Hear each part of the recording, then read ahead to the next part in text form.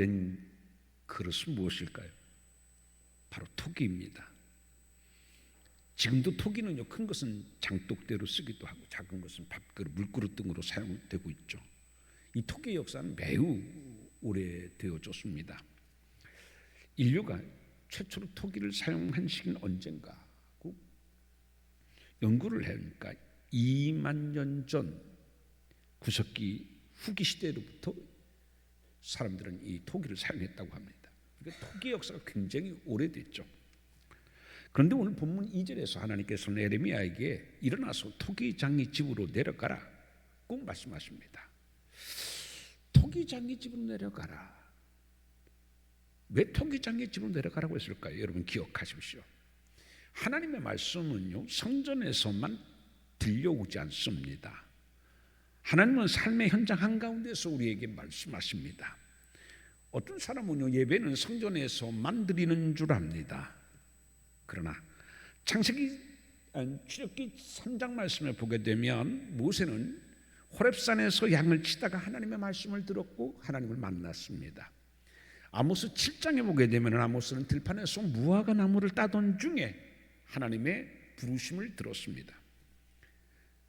사사기 6장 말씀에 보게 되면요, 기드온은 밀을 타작하다가 하나님을 만났고 하나님의 부르심을 받았습니다. 하나님은 때때로 우리의 직장에서 내가 누군가를 만나서 이야기할 때, 때로는 내가 어려움 가운데 있을 때, 때로는 내가 병상에 있을 때, 친구를 만날 때, 언제든지 하나님은요, 우리의 삶의 현장에서 우리에게 말씀을 하십니다. 그렇기 때문에 우리는 언제라도 하나님의 말씀을 들을 수 있는 그러한 귀가 준비되어 있어야 됩니다. 바라기는 언제 어디서든지 하나님의 여러분을 향한 음성을 들을 수 있는 여러분 되어지기를 주님의 이름으로 축원드립니다. 그런데 하나님은 왜 에레미야에게 토기장에게 가라고 하셨을까요? 토기장이는요, 진흙으로 그릇을 만드는 사람입니다. 그런데 이 진흙은 스스로 그릇이 될 수 없습니다. 진흙은 토기장의 손에 있을 때만이 비로소 그릇이 되어집니다. 마찬가지로 인간은 하나님의 주권 속 안에 있을 때만이 온전한 삶을 살 수 있음을 깨닫게 하기 위하여서 하나님께서는 에레미야에게 토기장이에게 가라고 말씀하신 것입니다. 그런데 에레미야가 토기장의 집에서 가서 본 토기의 모습은 어떤 모습이었습니까? 아주 멋지고 아름답고 감탄을 자할 만큼 야 훌륭한 토기구나라고 하는 것이 아니었습니다. 에레미야가 본 토기는 터진 토기였습니다. 무슨 말입니까? 당시 이스라엘의 상태는 마치 빗다가 터진 그릇처럼 깨어지고 어그러지고 못난 모습이었다라고 하는 사실입니다. 쓸모없는 모습이었다라고 하는 말씀입니다. 이 말씀을 이해하기 위해서는 우리는 에레미야 18장 시대적 배경을 알아야 됩니다. 당시에 이 남유다는 말기였었습니다. 그래서 바벨론의 포로 직전의 상황이었어요. 나라는 급속히 망해가던 때였다라는 사실인 것입니다. 그런데 그들은요, 망해가고 있음에도 불구하고서 그것을 깨닫지 못해요. 그래서 그들은 하나님보다는 바알신과 아세라, 심지어 그 자녀를 불에 태워 제물로 바치는 몰렉신도 섬기고 있었습니다. 도덕적 타락 그리고 사회적 불의는 정말 만연했습니다. 재판에서 공의는 사라졌습니다. 권력자가 곧 법이었습니다. 힘이었었습니다. 이에 에레미야는 회개하지 않으면 하나님이 북방의 모든 종족과 바벨론 왕을 불러서 이 땅에 임하게 하실 것이라고 하나님의 심판을 외쳤어요. 그런데도 남유대 사람들은요, 그걸 듣지 않았습니다. 아닙니다. 듣지 않은 것뿐만 아니라 오히려 에레미야를 미워했고 증오했고 핍박했고 거세게 반발했습니다. 이에 하나님께서는 이러한 이스라엘의 상태를 터진 톡이다 이렇게 말씀하신 것입니다. 여기서 터졌다라고 하는 말은 깨지다, 망가지다, 계획대로 되지 않았다라고 하는 뜻입니다. 직 터졌다고 하는 것은 실패의 상태, 절망의 상태를 이야기한다는 얘기입니다. 그런데 터진 토기는 단지 이스라엘만의 문제가 아니라 오늘 살아가는 우리의 이야기이기도 합니다. 우리는 삶 속에서 터진 토기 같은 모습으로 살고 있다고 하는 얘기입니다. 삶의 힘듦과 상처, 실패, 상실, 이런 것들이 우리를 깨어진 토기와 같은 삶이 되게 합니다. 많은 사람들은요, 겉은 멀쩡해 보여도 속은 금이 가고 조각난 채, 깨어진 채 살아가는 사람들이 많습니다. 겉은 멀쩡해 보인 가정도 속은요, 깨어지고요, 금 가고요, 줄줄줄 기쁨이 새고 행복이 새고요, 점점 평안을 잃어가고 아파하고 슬퍼하는 가정들이 많습니다. 그래서 시인 정호승 씨는 수선화에게라고 하는 시에서 울지 말라고 말하면서 상처, 외로움, 삶의 무게를 견디는 것이 우리네의 삶임을 말합니다. 시인 도종환 씨도요, 흔들리며 피는 꽃에서라는 시에서 흔들리지 않고 피는 꽃이 어디 있으랴, 이 세상 그 어떤 아름다운 꽃들도 다 흔들리며 피었나니라고 노래하면서 인생은요, 아픔으로 흔들리며 꽃을 피우는 것으로 보고 있습니다. 그런데 오늘 에레미야 18장 4절의 터진 토기의 이야기는요, 터진 토기로 끝나지 않습니다. 남유다가 그렇게 하나님을 버리고 우상신에게 절을 하며 갖가지의 도덕적 타락과 불의를 행하는 그러한 상황이 있음에도 불구하고서 하나님께서는요, 터진 토기로 그냥 끝나지 않습니다. 어떻게 끝납니까? 좋은 대로 다른 그릇을 만들더라라고 끝나고 있습니다. 무슨 말입니까? 하나님께서는요, 터진 토기를 쓸모없다고 버리지 않으셨습니다. 사실 터진 토기는 쓸모없습니다. 버리면 됩니다. 근데 하나님께서는 버리지 않으셨대요. 어떻게 하셨대요? 다시 만드셨대요. 다시 빚으셨대요. 이게 은혜입니다. 성경에 나오는 인물들을 보십시오. 모두 깨졌다가 다시 하나님께서 빚어주신 사람들의 이야기, 그게 성경의 이야기입니다. 우리가 잘 아는 것처럼 베드로는 예수님을 무려 3번이나 부인한 사람 아닙니까? 부인하면서도 철저히 부인했어요. 철저히 깨졌어요. 나중에 그가 얼마나 울었어요. 다 우는 소리를 듣고서 예수님이 그 말씀이 생각나가지고서 그는 하염없이 울었어요. 그는 깨어진 채로 실패하고, 그리고 다시 갈릴리 해변에 가가지고서요, 다시 고기 잡는 어부가 되어줬어요. 그런데 베드로의 삶은 그렇게 끝난 게 아니잖아요. 부활하신 예수님께서 깨어져서 이제 어부로 살아가는 그 베드로에게 나타나셔서 책망하지 않으셨어요. 여러분, 요한복음 21장을 읽으면 정말 은혜롭습니다. 왜 은혜롭냐면요, 베드로가 예수님을 몇 번 부인했어요? 3번 부인했어요. 그런데 예수님은요, 베드로에게 나타나셔서 내가 나를 사랑하냐는 몇 번 물으셨어요? 3번 물으셨어요. 3번 부인한 베드로에게 이제는 내가 나를 믿느냐라고 묻지 않고 내가 나를 사랑하느냐, 믿음을 뛰어넘어 사랑하느냐, 그때 고백을 하게 해요. 왜 고백하게 해요? 3번의 부인으로 인하여 깨어진 그의 삶을 다시 새롭게 회복시켜 주는 것은 3번 사랑을 고백하게 하는 것이었어요. 그래서 예수님께서는요, 3번 베드로가 예수님에게 사랑의 고백을 하게 했던 것이죠. 예수님께서는 책망 대신에 사랑하느냐라고 물으시면서 사랑의 고백으로 그의 상처와 부끄러움을 주게 하셨다는 말씀입니다. 베드로는 깨어졌지만 그 깨어짐을 통해서 그는 더 겸손한 사람, 깊은 사랑의 제자가 되었던 것입니다. 깨어짐은 버림이 아니라 새 사명을 위한 은혜의 새 출발이었다라고 하는 사실인 것입니다. 오늘 본문도 말씀합니다. 하나님은 우리의 실패, 깨어짐을 다시 새로운 은혜로 빚어주신다고 말씀하고 있습니다. 사랑하는 성도 여러분, 시들었다고 버려지는 게 아닙니다. 부서졌다고 버려지는 게 아닙니다. 사람은요, 시들었다고 버릴 줄 모릅니다. 사람은 부서졌다고 버릴 줄 모릅니다. 깨어졌다고 쓸모없다고 버릴 줄 모릅니다. 그러나 하나님은 우리가 시들었다고 버리지 않아요. 우리가 깨어졌다고, 우리가 부서졌다고, 망가졌다고 우리를 버리시는 하나님이 아니라 깨어진 우리를, 부서진 우리를, 금이 간 우리를 새롭게 빚으셔서 더 아름다운 꽃을 피우십니다. 이것이 회복의 은혜이며 축복입니다.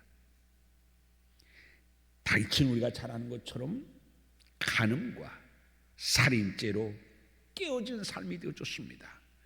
깨어진 사람이 되어줬습니다. 그러나 간음으로, 살인으로 철저하게 망가지고 깨어진 다윗을 하나님은 버리지 않으시고 오히려 그 깨어짐을 통해서 진정 하나님의 합당한 자의 모습의 모범으로 삼으신 것이 바로 하나님의 사랑입니다. 이 새롭게 자신을 빚어준 하나님의 은혜를 생각하며 시편 51편 7절에서 다윗은 뭐라고 고백을 합니까? 부서진 심령을 멸시하지 않으시는 하나님, 이렇게 고백하고 있습니다. 사랑하는 성도 여러분, 꼭 기억하십시오. 하나님은요, 부서진 심령을 멸시하지 않으신 하나님입니다. 우리가 깨어졌어도, 우리가 죄로 금이 갔어도, 망가졌어도, 내가 실수로, 실패로 철저하게 내가 부서졌어도 하나님께서는 우리를 버리지 아니하시고 새로 은혜로 빚어주시는 하나님이다 라는 말씀입니다. 그래서 오늘 본문 6절 말씀에 보게 되면 하나님은 이스라엘 족속아, 진흙이 토기장이의 손에 있음같이 너희가 내 손 안에 있느니라, 이렇게 말씀하십니다. 이 말씀은 터진 토기도 버리지 아니하시는 하나님의 사랑을 우리에게 확인시켜 주고 있는 것입니다. 여러분, 지금 내 인생이 엉망인 것 같아도 우리의 삶이 하나님의 손 안에 있다고 하게 되면 실패는 실패로 끝나지 않고 더 좋은, 더 새로운 삶으로 새롭게 재탄생되는 은혜가 있으심을 꼭 기억하시길 바랍니다.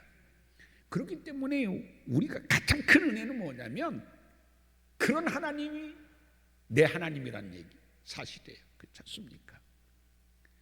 내가 하나님의 손 안에 있고 그 하나님이 내 하나님이라면 내가 부서지고 깨어졌어도 하나님은 나를 버리지 않으시고 나를 새롭게 빚어주십니다. 바울도 그랬잖아요. 얼마나 철저히 깨어진 사람이에요. 못된 사람이에요.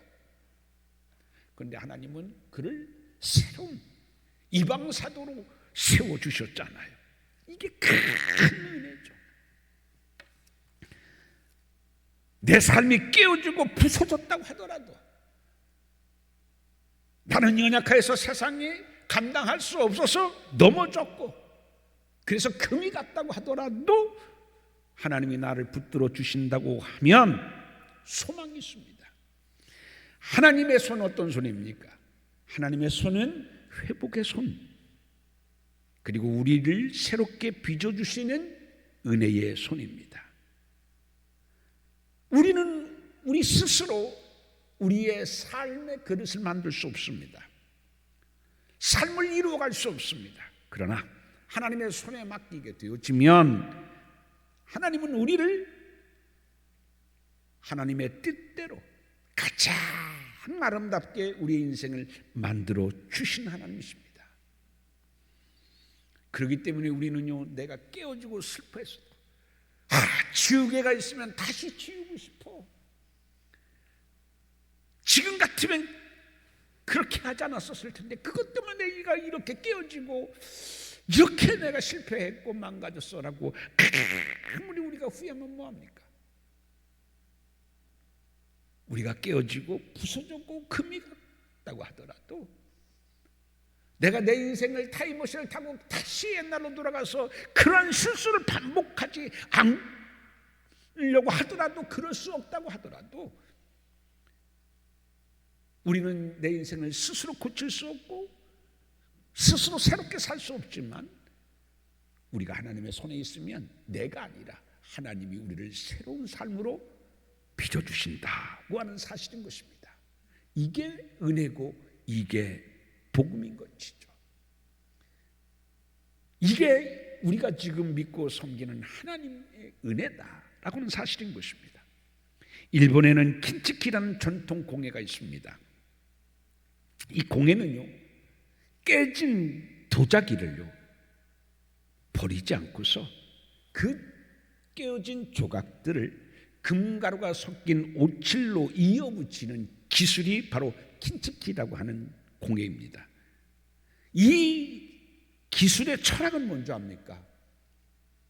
상처난 흔적을 숨기지 않고 오히려 그 자리를 금빛으로 가장 아름답게 드러냅니다. 깨어졌어요. 볼품 없어요. 흠이에요.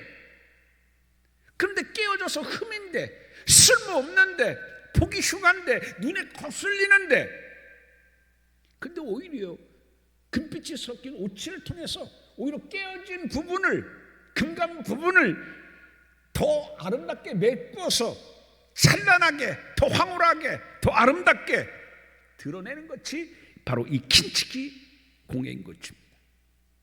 근데 여러분, 하나님도 우리의 삶을 그렇게 고치신 하나님이십니다. 깨졌던 과거 위에 금이 간 내 삶 속에서 하나님은 은혜를 입히시고 사랑으로 채워주셔서 더 귀하고 아름다운 삶으로, 더 행복한 심령으로 우리를 빚어 주신다고 하는 사실인 것입니다. 어느 시골에 그 물을 길어 나르는 사람이 있었습니다. 옛날에는요, 다 물 길러 가지고서 이 물을 먹었지 않습니까? 그 어깨에 긴 막대기를 메고서 양쪽에 항아리를 하나씩 달아서 매 가지고서 물을 길어 먹었었죠. 그런데 그 매일같이 먼 길을 걸어서 강가에 가서 물을 길어서 집으로 돌아오곤 했습니다. 그런데 그 두 개의 항아리 중 하나는 완전했지만 다른 하나는 오래되어 금이 갔어요. 그래서 어떻게 해요? 금이 갔으니까, 깨졌으니까 거기서 물이 줄줄줄줄 새요. 그런데 이상해요. 다른 사람 볼 때는 아니, 그 깨져가지고 물이 줄줄 흐르는데 왜 그것까지 힘들게 왜 물 항아리를 버리지 않고서 그것까지 가져와서 물을 길어오나 생각했어요. 또 이 깨진 항아리도 그렇게 생각했어요. 나는 왜 이렇게 깨져서 쓸모없는 항아리가 되어가지고서 이렇게 주인에게 부담만 주고 그럴까 라고 탄식을 했습니다. 그런데 어느 날 이 항아리의 주인이 말했습니다. 얘야, 깨진 항아리가 괜찮아. 내가 너의 금간 부분을 잘 알고 있어. 그래서 왜 다른 사람들은 깨진 항아리를 왜 힘들게 물을 줄줄줄줄 새면서 여기까지 올 동안 다 물이 새가지고서 남지 않은데도 불구하고서 왜 깨진 항아리로 물을 길어 오르냐고 하는데, 다 이유가 있어. 뭐냐면 너의 그쪽에다가 내가 꽃을 심었단다. 그래서 너를 통해 흘러나온 물로 그 길가의 아름다운 꽃들이 자라고 있어. 마을 사람들은 그 길을 지나면서 너의 그 아름다운 꽃 그리고 너에게서 뿜어져 나오는 향기에 사람들을 행복하고 위로를 받고 있단다. 너는 깨어졌지만 그러나 여전히 귀하게 쓰임받고 있는 거야. 그러니 깨어졌다고 슬퍼하지 말고 자책하지 말렴이라고 얘기했습니다. 그래요. 사랑하는 성도 여러분, 우리도 살다 보면 어떤 아픔 때문에, 어떤 상처 때문에, 어떤 일 때문에 마음에 금이 가고, 어떤 때는 내 인생이 깨어진 항아리처럼 느껴질 때도 있습니다. 내 삶이 다시 회복될 수 있을까? 내 삶이 온전해질 수 있을까? 우리의 가정이 그렇게 다시 회복될 수 있을까? 생각될 때도 있습니다. 그러나 하나님은 깨어진 삶도 다시 빚으시는 분이신 것입니다. 우리의 금간 모습조차도, 깨어진 모습조차도 내 삶의 꽃을 피우는 축복의 통로가 될 수 있게 하시는 분이 바로 하나님이다 라고 하는 사실인 것입니다. 여러분 잘 생각해 보세요. 깨어지지 않는 그릇은 빛을 가둡니다. 그러나 깨진 그릇은 그 깨진 틈새로 빛을 흘려 보냅니다. 깨어지지 않는 사람은 하나님의 긍휼과 위로와 사랑을 경험하지 못해요. 깨어진 사람만이 하나님이 새로 빚으시는 은총을 경험합니다. 바울이 그래서 뭐라고 고백해요? 죄 많은 곳에 뭐도 더 있다고요? 은혜가 더 많아요. 은혜가 더 넘쳐요. 죄가 많지 않으면 십자가의 은혜를 어떻게 깨달아요? 내가 깨어져 봤기 때문에, 내가 넘어져 봤기 때문에 나를 일으켜주시는 하나님의 손길을 나는 경험할 수가 있었잖아요. 내가 아파했기에 찾아오셔서 내 마음을 위로하시는 하나님을 경험할 수 있었잖아요. 하나님은 상처를 상처로 끝나게 하지 않습니다. 깨어진 삶을 깨어진 삶으로 하나님은 그대로 버려두지 아니하십니다. 오히려 깨어진 것을 통해서 길가에 꽃을 심고 꽃을 피우고 꽃이 자라게 하신 것처럼 깨어진 그릇의 틈으로 빛이 흘러나가게 하는 것처럼 하나님은 깨어진 우리의 삶을 그렇게 은혜의 통로, 축복의 통로로 삼는다고 하는 사실인 것입니다. 때로는요, 우리가 기도의 응답보다도 우리의 상처가 오히려 우리에게 은혜가 되고 축복이 될 수가 있다고 하는 사실입니다. 때로는 우리의 깨어짐을 통해서 다른 사람들이 정말 저 깨어짐을 통하여서 저는 저렇게 하나님을 만나고 회복되어지는구나 하나님을 발견하고 그 위로의 하나님을 찾을 수도 있습니다. 우리의 상처, 실패, 눈물은 하나님께서 우리의 아름다운 성품과 새 믿음을 빚으시는 재료가 되어집니다. 사랑하는 성도 여러분, 삶이 깨어졌다고, 내 마음이 금이 갔다고, 내 가정에 이렇게 어려움이 있다고 슬퍼하거나 낙심하지 마십시오. 대신 하나님이요, 깨어진 터진 토기를 버리지 아니하시고 더 아름답게 만들어주신 하나님의 새로운 은총을 힘입기를 원합니다. 그렇게 기도하는 여러분 되어지시길 바랍니다. 그럴 때 하나님은 우리를 더 아름답게 빚어주실 것입니다. 그런 은총을 경험하며 사시는 귀한 여러분 되어주기를 주님의 이름으로 축원드립니다. 기도합니다.